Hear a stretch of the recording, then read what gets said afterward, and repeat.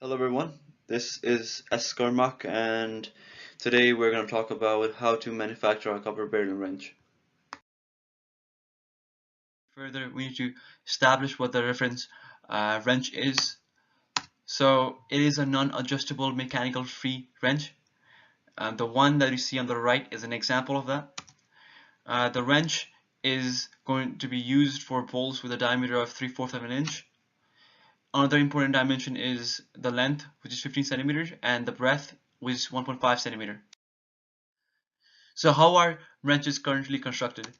So first of all, they're made using tool steel or higher C steel, and they're manufactured by being pressed into a die, like you see on the right.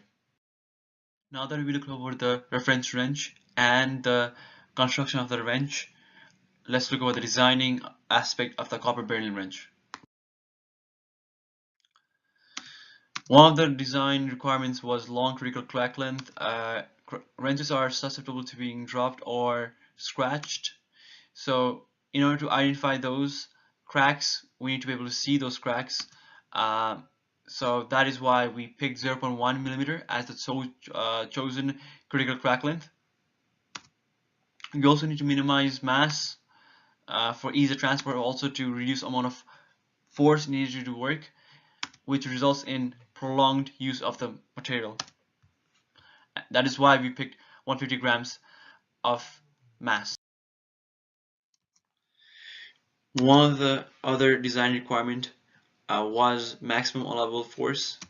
The maximum allowable force for a 3/4 of an inch diameter bolt was 49,781 newtons.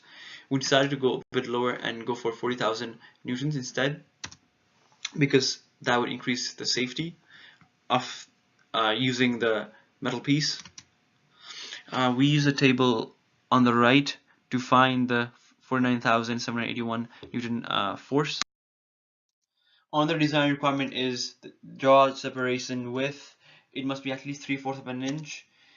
However, there needs to be a buffer space, so we added 1.5 millimeter on each side, resulting in a total jaw separation width of 22.1 millimeter. Another design requirement was the length, which is 15 centimeter. Thermal expansion is another design requirement. When the temperature decreases, so does the metal size. Before, we chose the jaw size to be 3 millimeters bigger than the bolt size. That is why the jaw cannot be allowed to shrink more than 1 millimeter. So now that we have gone through all the design requirements, here are the design specifications. We said that the crack length was supposed to be greater than or equal to 0.1 millimeter. The mass has to be less than or equal to 150 grams. The length has to be equal to 15 centimeters. The width has to be equal to 1.5 centimeters. The force has to be less than or equal to 40,000 newtons. The thermal expansion has to be less than or equal to 1 millimeter. Now that we have established what we want in the design, we can go ahead with the material selection. Now we need to select the copper beryllium metal from the larger group. In order to do so, we need to derive material performance index and then graph it using the CES software. The primary requirement was strength.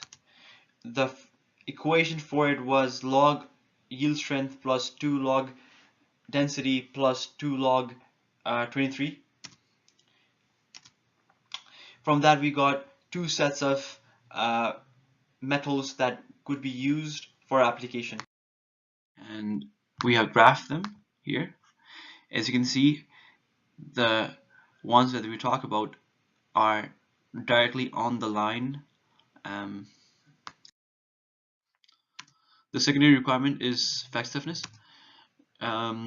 Log yield strength equals log fracture toughness plus 1.75 is the equation that relates fracture toughness and yield strength. Copper beryllium 2 C17200 TF00 was chosen from the graph as the best material to be used for the application of wrenches. The aforementioned best metal for application of a wrench can be found right on the line in the far right corner. So the final part is the manufacturing process. We're going to convert copper into copper beryllium C 17,200 TF. Here is the overview of the heat treatment process. The first step is the solid solution hardening, the second is quenching, and the third is H hardening. For solution hardening, we need to add 1.8 to 2 weight% beryllium into copper sample at the temperature range of 750 degrees Celsius to 800 degrees Celsius. This would obstruct the dislocations and increase the strength of the metal. As you can see on the right, the solution annealing range is the same as the one prescribed earlier. The metal piece has to be quenched after the solution hardening in order to preserve the state and form at a stable state or saturated solution state. The strength of the metal is still quite low despite solution hardening. That is why it has to be H hardened for 315 degrees Celsius for 3 hours. This induces the production of fine dispersal of second stage precipitate, which obstructs dislocation movement and increases yield strength. This also concludes the creation of copper beryllium C 17200 TF00 metal from copper. As you can see in the graph, the H hardening range does include the H hardening range that we prescribed just before. The copper could be further manufactured by adding a layer of paint, but it's not necessary as copper's existing resistance to corrosion should be enough. Annealing can also be useful for extremely cold conditions as it increases ductility while reducing the chances of brittle fracture. The picture on the right shows the EPS diagram of copper. As you can see, after pH of 7, copper is extremely tolerant against corrosion.